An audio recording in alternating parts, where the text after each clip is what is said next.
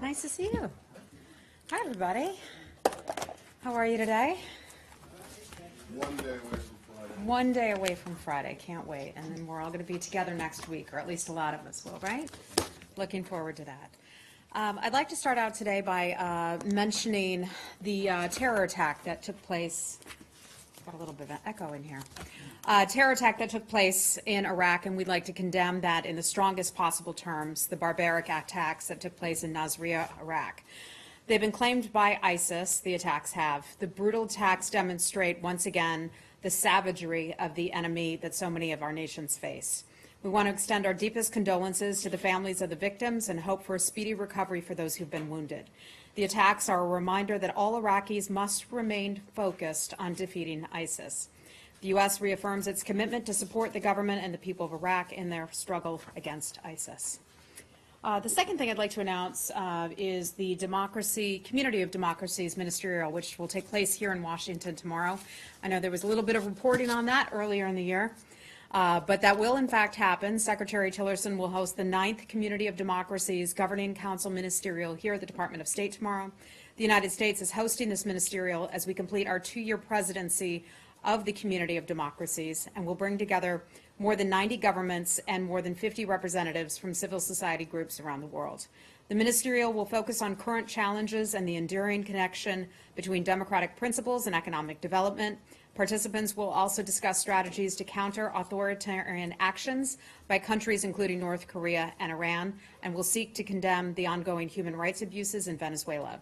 They will also consider ways to support civil society that is under threat around the world and share lessons learned in countering terrorism while still protecting human rights.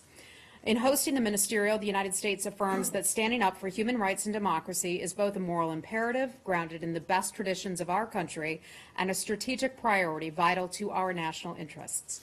We will continue to work with members of civil society and our partners worldwide to strengthen democratic governance, promote the rule of law, and defend individual liberty for all. This is the community of democracies that Secretary Tillerson didn't want to have, right? This is the community of democracies that some reporters wrote about that wasn't happening, and it is certainly happening. We've got it going. It's not as long as it has been in years past, but we have it, and we're proud to host that. A couple more things I'd like to address before I get to your questions. The U.S. State Department is pleased to announce a groundbreaking $25 million award to the Global Fund to End Modern Slavery.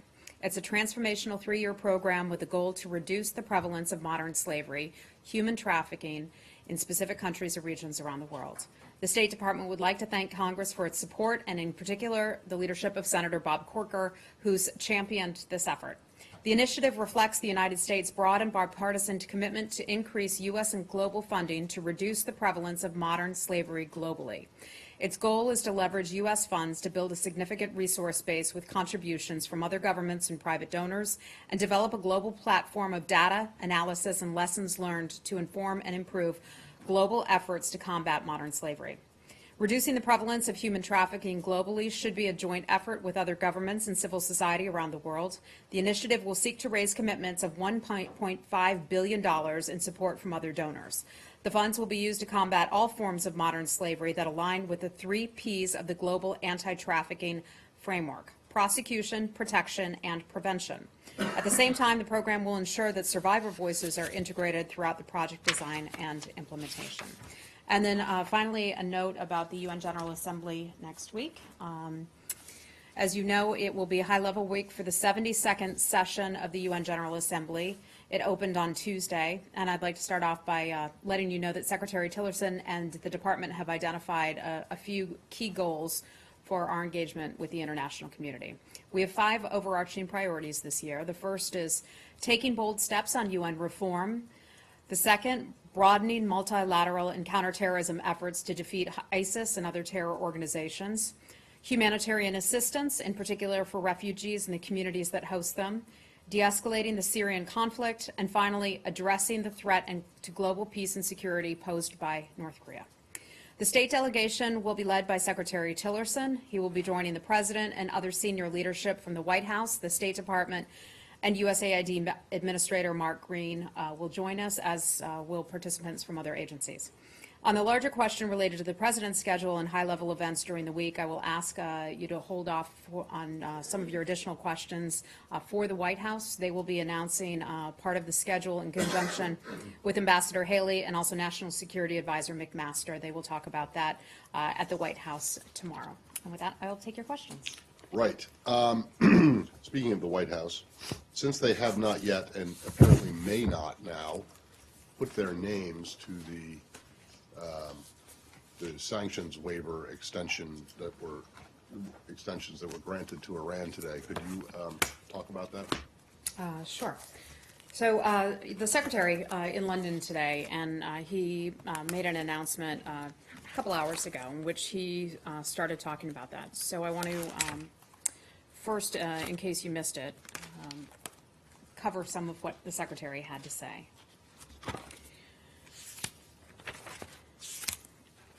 And he laid that out, saying, reminding us that, first of all, the Iran policy review is still underway. So while that is ongoing, we had a deadline that was today.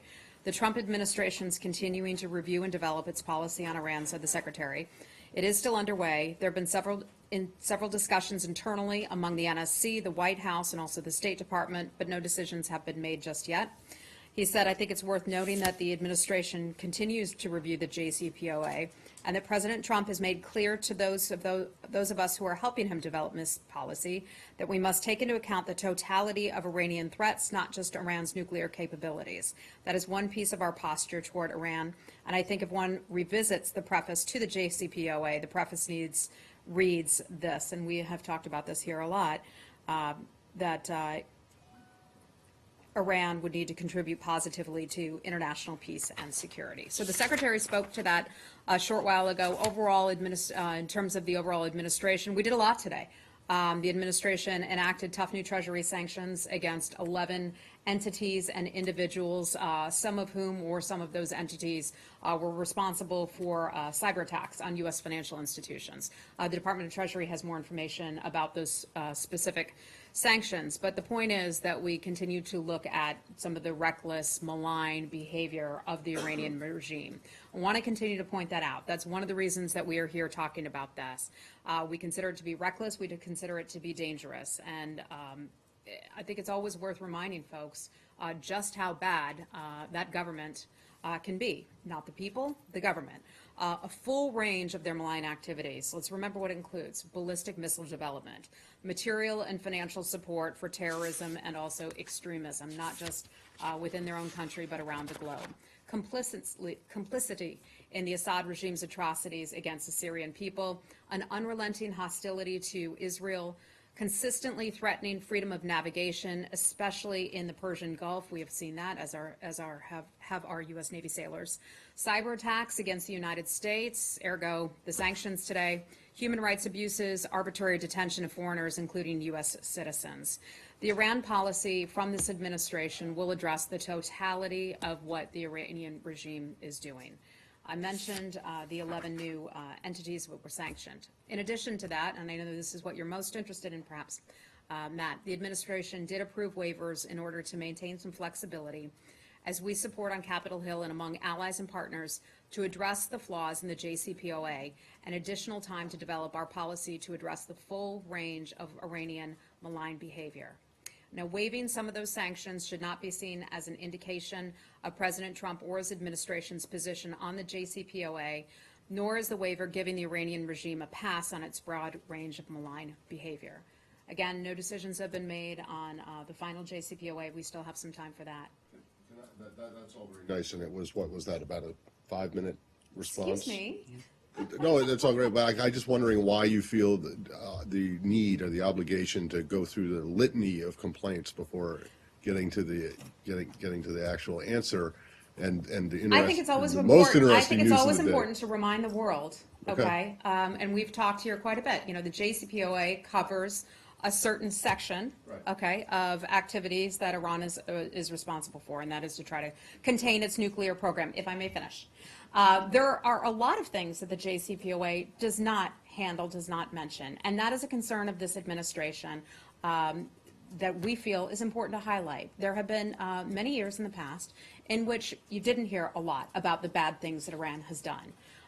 Many would argue that since the JCPOA was signed, and I'm not making the JCPOA responsible for this, but Iran has upped its bad behavior in many instances. We've seen the harassment of our sailors. We've seen what they've done in Syria. We've seen Hezbollah going into Syria, causing more problems. We've seen Iran continuing to supply weapons to other fighting forces. They are doing a whole lot of bad things, and I think it's always worth reminding the American public, folks watching, folks listening, folks who read your newspapers and publications, exactly why we are here at this point, exactly why there are concerns about the JCPOA, and why we're looking at our Iran policy in totality.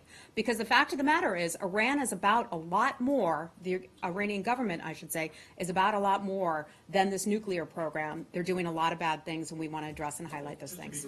One thing, may I follow up? You talked about how we waived some sanctions. Can you be precise? Are the sanctions that were waived today the National Defense Authorization Act of 2012, Section 1245 sanctions? And were there any others other than those? I'm not aware of that. So you're not aware of what? I'm not aware if there were any others. But it was those. I don't have that information in front of me So right you now. don't know what sanctions were waived? I know that some sanctions were waived. I don't have that specific information in front of me at this time. Can you take that and put it out for everybody so that I will everybody knows what look. I will sanctions see were if waived? I will look and I will see if I can get that for you. I you. understand what you're saying Yes. about Iran's other behavior being needed to be highlighted. But what do you say to those who charge that you're moving the goalposts on the actual criteria for Iran to be in technical compliance of the actual JCPOA? I don't think that's the case at all. I mean, in the preface to the JCPOA, it talks about what Iran's responsibilities are for that. And that's why when we look at this, we say that Iran is not in compliance with the spirit of the law. And we've talked about that extensively. Can I ask about the? Okay, hold on. Does the deal itself call for Iran to be in compliance of the spirit or the letter? We've talked about how we believe that Iran is not in compliance with the spirit of the law. No, I understand that. Yeah. But in terms of like certifying or not certifying, so in fact, you feel that you could certify that Iran is not in compliance because of the spirit as opposed to the legal letter of the law? Last I checked, we have until October the 15th to handle that. Well, you're certainly kind of between now and then, like it does seem Well, as if. and I'm not going to get ahead of that. I'm just not going to get ahead of where we end up. All of this is under review. I think the secretary was clear about that today. The administration's spoken about this. It's all under review, and so I'm not going to get ahead of what's going to happen in the end in that review. Heather, my publication and Yeah. others have reported today that there's I'm a sorry, US you're with? Betsy Woodruff with the Daily Beast. Hi, Betsy. Nice to see you. Thanks for first time well, visitor, welcome. long time viewer. Yeah. My publication and others have reported today that there's a U.S. citizen who was recently apprehended in custody of U.S. troops who was fighting alongside hold on. ISIS. Can we stay with Betsy, Iran? we're going to stay with Iran first, and then we'll move on to that. Okay? Can Thank I you. just add, you Okay, made hold it, you on. made an allusion to a reference to the fact that over the course of the past couple of years, there hasn't been much talk about Iran's bad behavior. I think in the view of many in this administration that we haven't highlighted as a U.S. government. If you ask anyone in our U.S. military, I'm pretty sure that they would agree with us as well. All of the bad things that Iran has done. Think of the U.S. forces, the U.S. troops that have been killed in Iraq by Iranian-led militia. Think of that.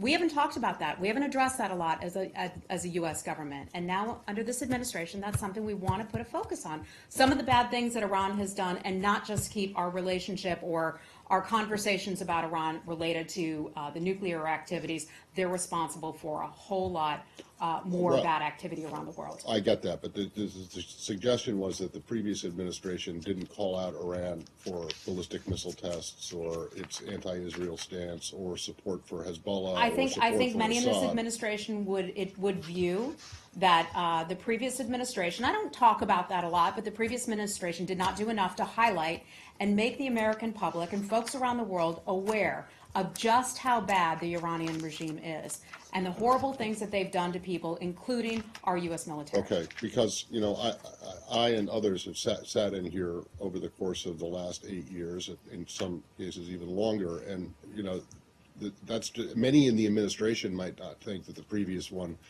was talking about Iran's behavior, but you can go back and look at transcripts of your predecessors talking about malign Iranian behavior outside of the nuclear arena. So I just want to, just because many people in this current administration don't think that the previous administration talked about it, that's not entirely Well, the perhaps case. next time I bring it up, then Matt, you won't kind of turn up your nose at it. I'm because not it is turning an my important nose up fact at it. I that, just think that- that people need to be made aware of. Okay, a few more questions on Iran, and then we'll move on. To the preference on Iran, guys, I Go got ahead, one. Saeed, go right ahead. It is really a Yeah. long list. Is it conceivable that Iran can actually adjust to these demands without having a total regime change? Our issue is with, our, I the understand. secretary, I the understand. secretary Your issue is addressed. with the government and not the people, and that's what I'm The saying. secretary addressed his election, his reelection, and one of the Right. things he said about that is that, we have a new opportunity. And if he chooses to change the way that he handles some of the activities of his government, we would certainly welcome that. It's a new opportunity. Would the secretary meet on the margins of the General Assembly with Foreign Minister Zarif? I don't have a schedule for the Could it secretary's, I don't have a schedule for the secretary's sideline meetings. One-on-one meetings, that is highly doubtful. I'm not aware of anything like that would occur. Can I ask you, Okay? in London earlier today, the secretary said that Iran was clearly in default of the preface. He quoted the preface of the JCPOA. So, I mean, you also are saying that the administration has not made a decision yet. Can you clear that up? Does the State Department believe that being in default of the preface of the JCPOA does not constitute being in default of the JCPOA? Look, the JCPOA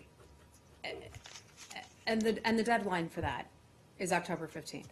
Okay, so we have that time. Okay, I'm not going to get ahead of where we're going to end up standing on the JCPOA at this time. The secretary talked about under the JCPOA, Iran is supposed to positively contribute to regional and international peace and security. I think we've been clear that we believe that they're in default of they are not in compliance with the spirit of that, and I'll just leave it at that. But I mean, just one quick follow-up. I mean, I'm sorry. It's not asking you to get ahead of it, but Yeah. he did say in those remarks that they are in default of the sentence of the preface, the JCPOA. So how Okay. does that not constitute a determination that they're in default? I think he said not in default of these expectations, and he said that immediately after he spoke about how under the JCPOA, Iran is supposed to positively contribute to regional and international peace and security. Saying that they are in default of that because of all of the other things that they're doing is not inconsistent. But can I ask about the, Excuse Go to me, that- can we Mr. go to Arshad that- in the first row, could you just hold on, Okay, please? can we go to the- it's on the Excuse me, preface, though. I'm taking By all the means. Guardian's question first, all okay? means, by all Let's wait our turn, please. yeah, Go right ahead, Mr. sir. in the preamble it says that the signatories anticipate that the deal would contribute to the peace and security of the regime, not that the individual the signatories would do it. So it was an expectation doing the deal would make things better. How can it be said that Iran, that somehow Iran is in default of the spirit of that? I don't understand. I think the malign activities speak for themselves. Okay, now I would be happy to take your question. Hi, how are you? Is very similar. I mean, the language actually says they anticipate that full implementation of this JCPOA will positively contribute to regional and international peace and security. They say nothing about Iran committing to contributing to international peace and security. They just say that the full implementation they expect will generally. So I don't even see how Iran is not in compliance with that. You're saying that, all that's said in the preface is that carrying out the deal will help lead to peace I and don't have the security. full quote of the of that deal in front of me, and I can look and bring in that next time. Well, I just read it to you. Let's move on from can I Iran just- into something else. Elise, last question on Iran. Thank you. But are you looking to have a meeting of the JCPOA countries, signatories in New York next week, and has Iran agreed to So such a there meeting? is a ministerial that's under discussion at this time. We don't have any meetings set on that, but as soon as we do, if that were to happen, that would actually be an EU meeting, so they would have to confirm any of that. But I know that is one of the things that is under discussion. Would you like or prefer that Iran is not part of that meeting? I don't have an answer to that. I'm not aware. Okay? Well, we're moving on. Who wants? We're moving on from Iran now. I think we've covered it sufficiently. Heather, can I ask Okay, about? Can I go ask right ahead. this question? So do you have a readout of Ambassador Yoon's meetings in Moscow? And how receptive were the Russians to U.S. efforts to put pressure on North Korea? And is he back in the U.S. now? Let me check for you on Ambassador Yoon's schedule. He was in Moscow. I believe it was for 2 days. I'm not sure if he's just back in the United States right now or not. I believe he will be back at least by tomorrow. I don't have a readout to provide you from that meeting that he had with some of his counterparts in Moscow, but the agenda was to talk about the DPRK. And we were very happy and pleased that Russia signed on to the UN Security Council resolution this time once again, as they did to the UN Security Council resolution last month. We think that that is a step in the right direction. The fact that we were able to sit down and speak with some of Ambassador Yoon's Russian counterparts and have this conversation and recognize the activities that the DPRK is involved with and that it's a threat to international and regional security, I think is a terrific step in the right direction. And are there plans for a ministerial or meeting on DPRK? How big of a focus will this play at the UN General Yeah, Assembly? I think when the secretary came in and became Secretary of State, when the president brought him in to do that, the president said to him, top issue I'd like you to work on is North Korea. And the secretary has taken that on in a very robust fashion. There is not a meeting, there's virtually not a meeting that he has with his overseas counterparts where he does not discuss the issue of North Korea. Not only its destabilizing activities, not only its provocative actions, but we've talked about this a lot, the number of guest workers that they have, the money that's taken from those guest workers that goes back into the pockets of the Kim Jong-un regime, not to its people, that gets used for its illegal nuclear and ballistic missile weapons programs. So we are very concerned about that, and that's why it is such a top priority. Of the issues, and there are so many important issues that they're going to be speaking about at UNGA, DPRK, I can assure you, will be the top, if not the top. Okay. Hi, Jen. Hi. South Korea, today South Korean government announced that it would give North Korea $8 million in aid to North Korea. South Korea said that it would give $8 million. $8 million. Okay, Yes. I'm unaware of this. Okay. Oh, yeah. How can this affect sanctions against North Korea? I don't know. I haven't seen that report. So I don't want to comment on it since I They haven't seen it. reported it this morning. Pardon me? South Korea reported it this morning. Okay. I just have not seen that So, myself, so I don't want to yeah. comment on that. But Okay. this money going to nuclear development, Kim Jong-un's Look, I don't know if that's, I believe you if you say it, but I haven't seen it myself, so I just don't want to comment on it, okay? Hi, Rich. On the lack of an oil embargo in the UN Security Council resolution, the Secretary said this morning that he's hopeful that China will take it upon themselves to disrupt North Korean oil supplies. Is there an expectation that China will do that? I think the Secretary was clear in what he said, that he hopes that they will. We're not going to, we can't force the Chinese to do anything, certainly. But I think that would be a strong show of support if they were to do that. I mean, we're happy with their vote in the UN Security Council. This vote, the last vote, they've been taking some steps in the right direction. That would be another step that they could take. We will continue to use all available options on the table if we were to impose additional unilateral sanctions.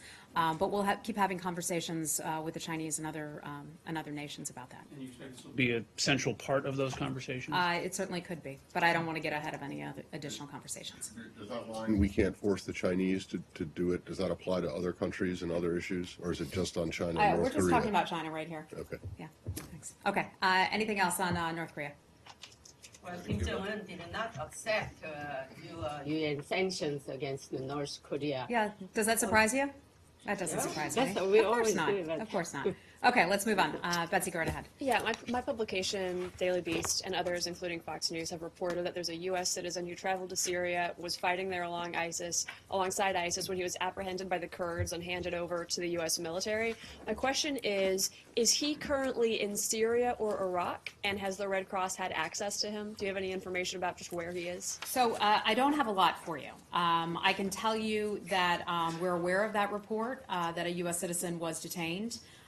Beyond that, I just don't have any specifics on that. Let me check to see if I have anything additional, but I don't. This is early on. We just learned about this issue a couple hours ago, to my awareness at least, and I believe that is all we have. Well, it seems that he surrendered to Kurdish elements of the SDF in Syria. Okay.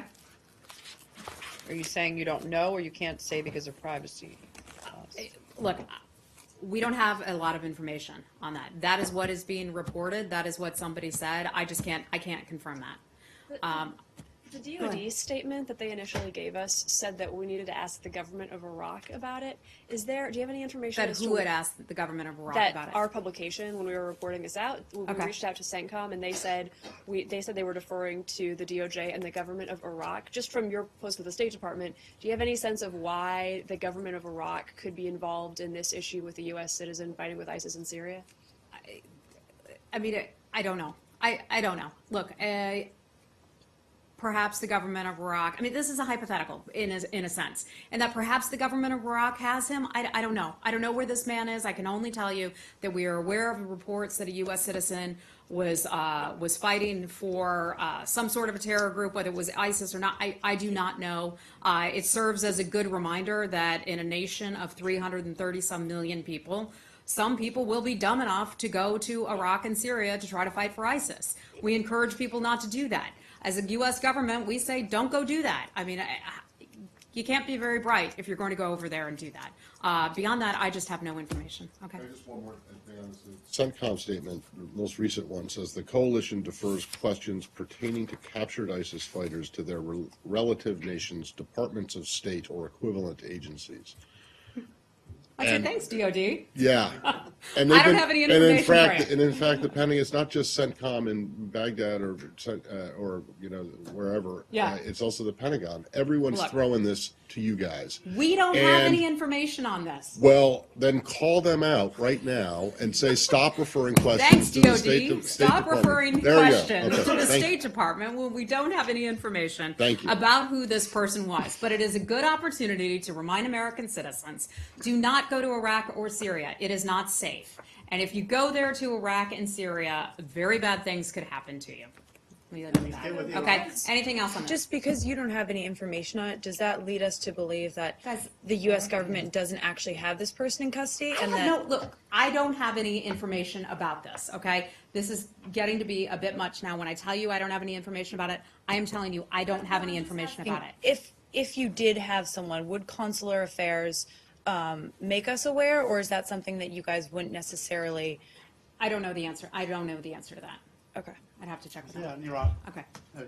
Today, the President's Office of the KRG, the Yeah. Kurdistan region, issued a statement that he's looking at alternatives as a result of his meeting with Mr. McGurk and high-level UK He's looking person at alternatives to what? to the referendum that is scheduled for the 25th of this month. Okay. Okay, so could you share with us if you have any idea as to what that alternative might be to the referendum, which would conceivably, result in an independent Kurdistan? Yeah, I'm not aware of that. I believe that Brett McGurk is still over there in the region, and I'm just not aware of what meetings he had and what came up with those conversations. But the U.S. government, as we have told you, we don't support the planned Kurdish referendum on September 25th because we feel that that takes the eye off the ball of ISIS and that we should all remain focused on ISIS. And when I talked at the beginning of this briefing with that most recent attack that took place in Nineveh province, that's a good reminder why we can't take our eye off the ball, which is ISIS. Well, the Kurds are hoping that, even if they have a referendum and you're Yeah. opposed to it, once, they go ahead with statehood, that you'll be the first to recognize them. Could you give us, is your position firm on this? Our position is firm non-support that of we the- don't support this referendum at this time. We do not support the referendum on Kurdish independence at the time because of ISIS. Okay. moving away from Iran. Sure. That's okay. Can we talk about Cuba? Sure. I don't know if you have any new information to give us. I know sometimes you randomly have new details, new totals or something, but any response to the report from the Associated Press that includes some of the details of these attacks, including that for some people, you know, they could hear a noise and feel an attack in certain parts of a room, but not others. Yeah. So I've certainly read the article with great interest, as did a lot of us. There's not going to be a lot that I'm going to be able to confirm about that report. I think all of this underscores that we are, at the State Department, very deeply concerned about what has taken place and what has happened to our American personnel who've been serving at our embassy in Cuba. It's a good reminder of the work that our people do each and every day to represent the United States in all across the world, and sometimes in very difficult situations. And this has certainly turned out to be a difficult situation for some of our people. I don't have any change in numbers to provide you at this time. We can certainly say that 21 people have been affected by this. We hope that that number will not increase. We certainly can't count that out. We are having our people medically tested. We have a full-time medical officer who is there in Cuba. But as you know, we've talked about this before, our staff is also able to get medical treatment and tests and everything here on what I'll just call the mainland. They continue to undergo tests. Our folks are able to leave Havana, leave Cuba, and return back home if they wish to do so, if they wish to, I think we call it compassionate curtailment or something like that, where they're able to switch out a job. So if they're serving there in Cuba, they want to come home and do something else, they're certainly welcome to do so.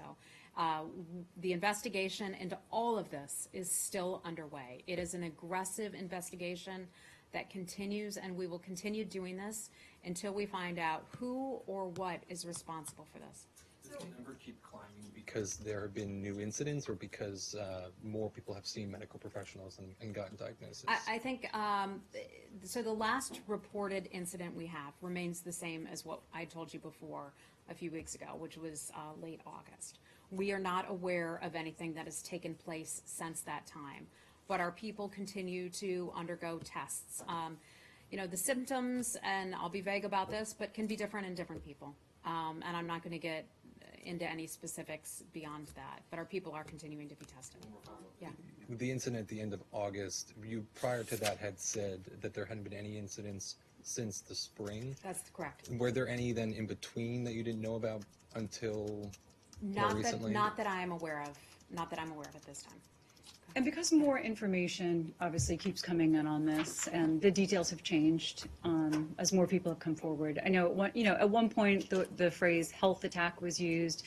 Then we've gone to incident. Is there any reason to use the word attack at this point, based on whatever new information you have?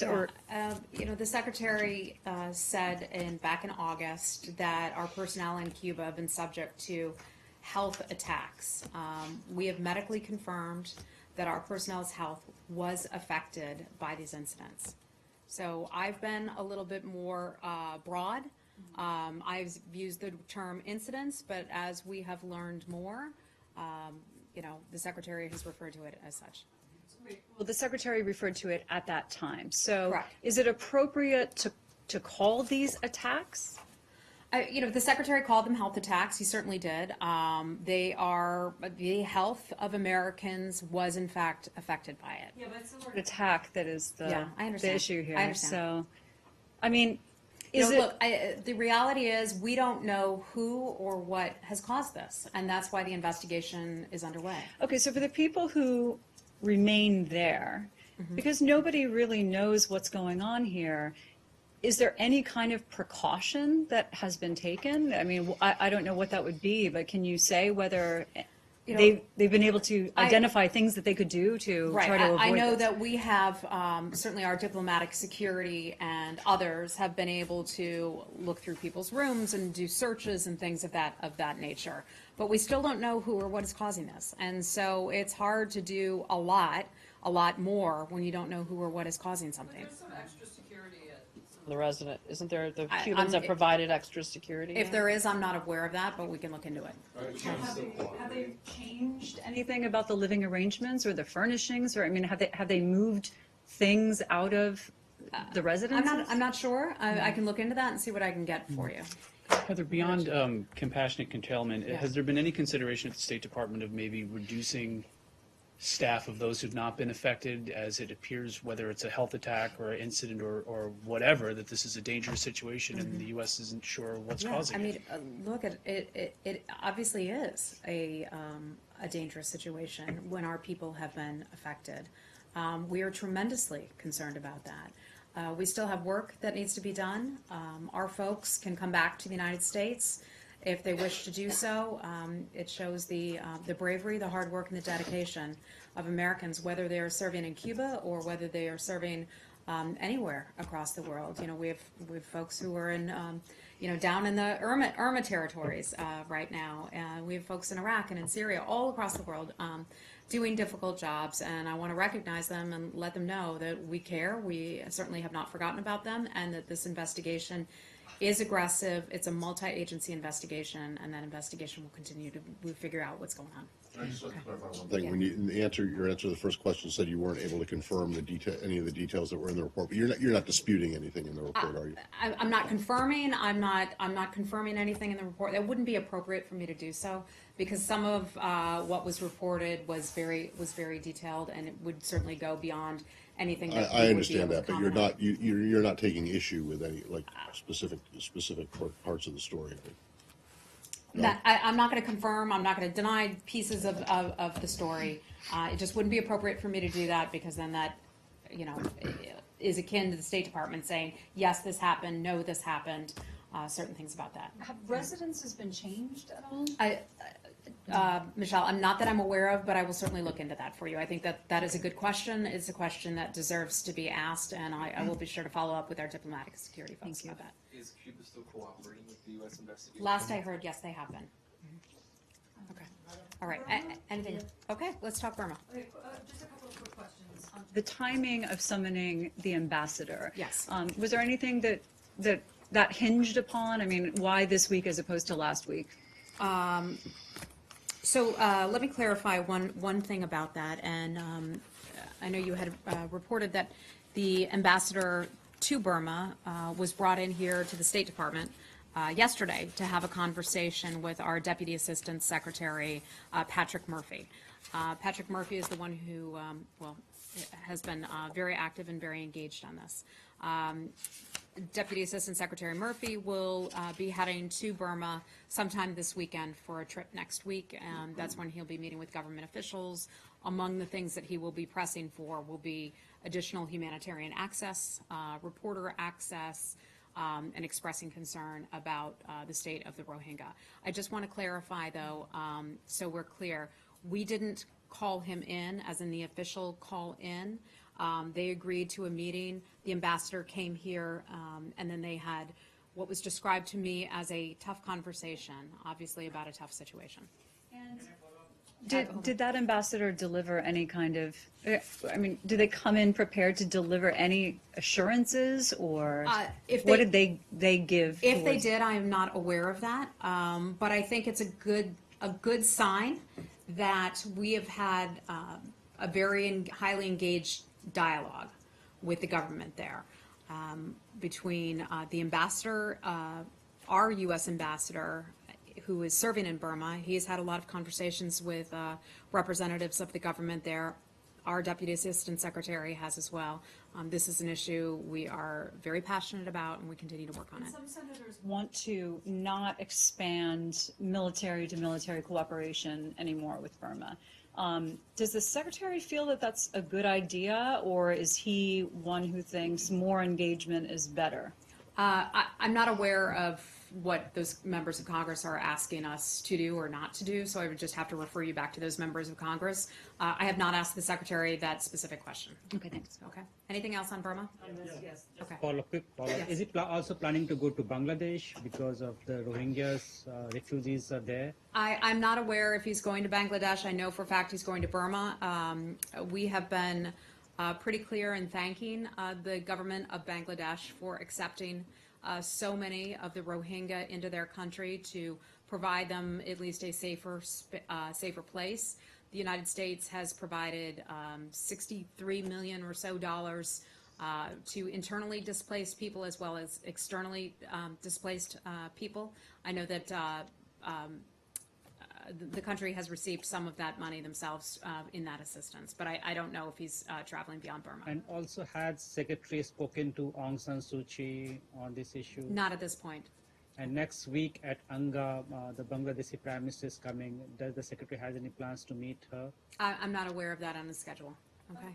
The Secretary was pretty forceful today in his Yeah. comments about the situation there, and he kind of gave a nod to comments by other officials that have called it ethnic cleansing.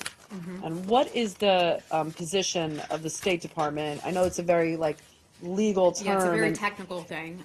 is there a review going on with the State Department lawyers in terms of trying to determine whether this constitutes any type of effort towards genocide or ethnic I can cleansing? only say that we are assessing the situation on the ground. There is still, despite the horrific pictures that you've seen and the reporting and some of the harrowing details that you've read about, there's still not a lot of information that as a government we've been able to independently verify in terms of from our own people being able to ask those questions and getting enough good answers, solid answers that are verifiable. In addition to that, we've been working with a lot of partners on the ground, but as you know, the humanitarian situation has been difficult. While there are some people there, there are certainly not enough. We work with a lot of those humanitarian organizations on the ground to try to get additional information, but we just don't have enough just yet. But I know that that is all being assessed and reviewed. Okay. Okay. I'm struggling with this. The government, the Trump administration keeps saying if ethnic cleansing or if this sort of catastrophe is unfolding. 250,000 people, are they all lying? I mean, you have satellites, you have intelligence. How this many days, this many weeks later, do you not know what's going on? I think we want to make sure that we're right in that assessment. As Elise mentioned, it is a technical issue. When it comes to assessing that, there are a lot of things that need to be met. It's not as simple as you want to make it right now, but I can tell you it's under review. We are passionate about this issue. We care about this issue. We have had folks engaged in this for many years. This has not just started all of a sudden. This has been unfolding for decades now, but we are certainly focused on it now as we were before, and we'll continue to work on this. So if you find it's ethnic cleansing, what is the responsibility the U.S. has in that situation? That's a hypothetical. I'm just not going to get Well, into no. Okay. I mean, it's She just said if. It's a hypothetical. Well, but I'm not going to get into that. I understand, but if you're trying to assess Yeah. whether, well, What? the practice of trying to assess whether ethnic cleansing took place, when there is a determination, that definitely triggers a policy response, and you're making an effort to assess that. We are making an effort to assess this. Okay. So not And as it applies to Look, Myanmar, what does the State Department do in situations where ethnic cleansing has been found? Well, I think you've seen our action in the past. I think you've seen how much we care about issues such as that in the past. It's under review, and that's all I can say about it. How long do you think the review will take? I will never preview how long a review will take. You could ask me that about the previous Afghan review. You could ask me that about our Pakistan review. You could ask me that about our Iran review. I'm never going to give you a timeline on how long a review will take. We will do a review until we have sufficient information and until we can provide good, solid information with evidence that is backed by evidence. Okay? Thank you, everybody. Two really brief and very disparate things. Yeah. One, on the latest escalation, or what appears to be escalation in your ongoing diplomatic spat with the Russians. They seem to have removed some of your parking spaces.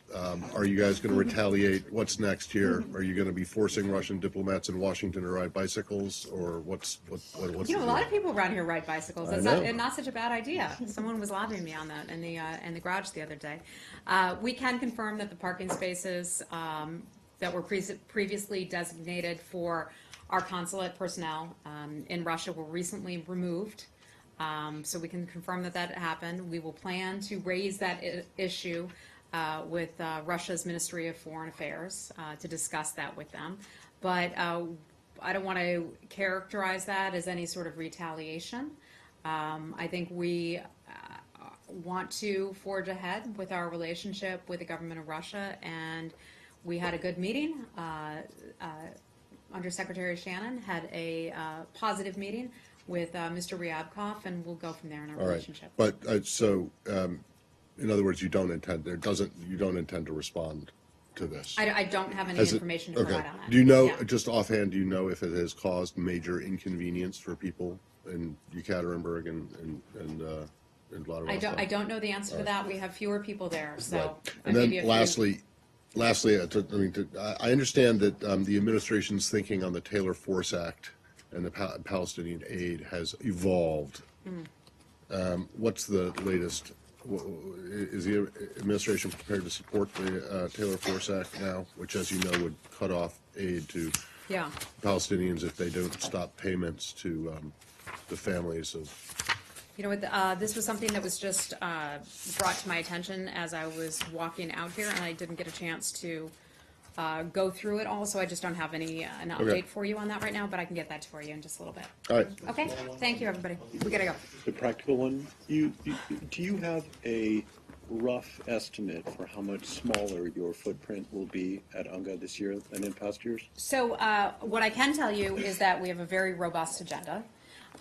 We have our diplomats and folks who are on their way up there. Secretary heads up there on Friday.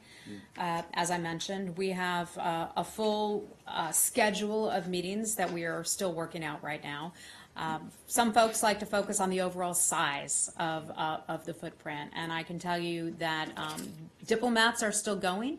We are still doing all of the work that is necessary and important to the State Department. In terms of a smaller footprint, there will be some support staff who will not be going this year, because we recognize that there's this thing called technology. There's this thing called email, which some people are able to provide support staffing to our colleagues who will be in New York by emailing information in. So we don't feel that this year we need the bodies that we have had in years past. The Secretary firmly believes, coming out of the private sector, that he needs to, and that we all need to be good stewards of taxpayer dollars. And by not having as large of a footprint in New York the week of UNGA, by the way, have you checked hotel rates? Have for many years. I yes. found a hotel right down the street, and it's not a great hotel, by the way. It's $1,400 a night. So, I mean, the hotel rates alone are ridiculously expensive. So by cutting back the number of support staff going, we feel like we'll still be able to do our job. We'll still be able to conduct diplomacy, but some of our folks will be back here in Washington or working from Do you elsewhere. have an estimate on the savings? I do not. Nope. Thanks, everybody. Rate $1,400. I was just the regular rate. I don't know what the government rate is.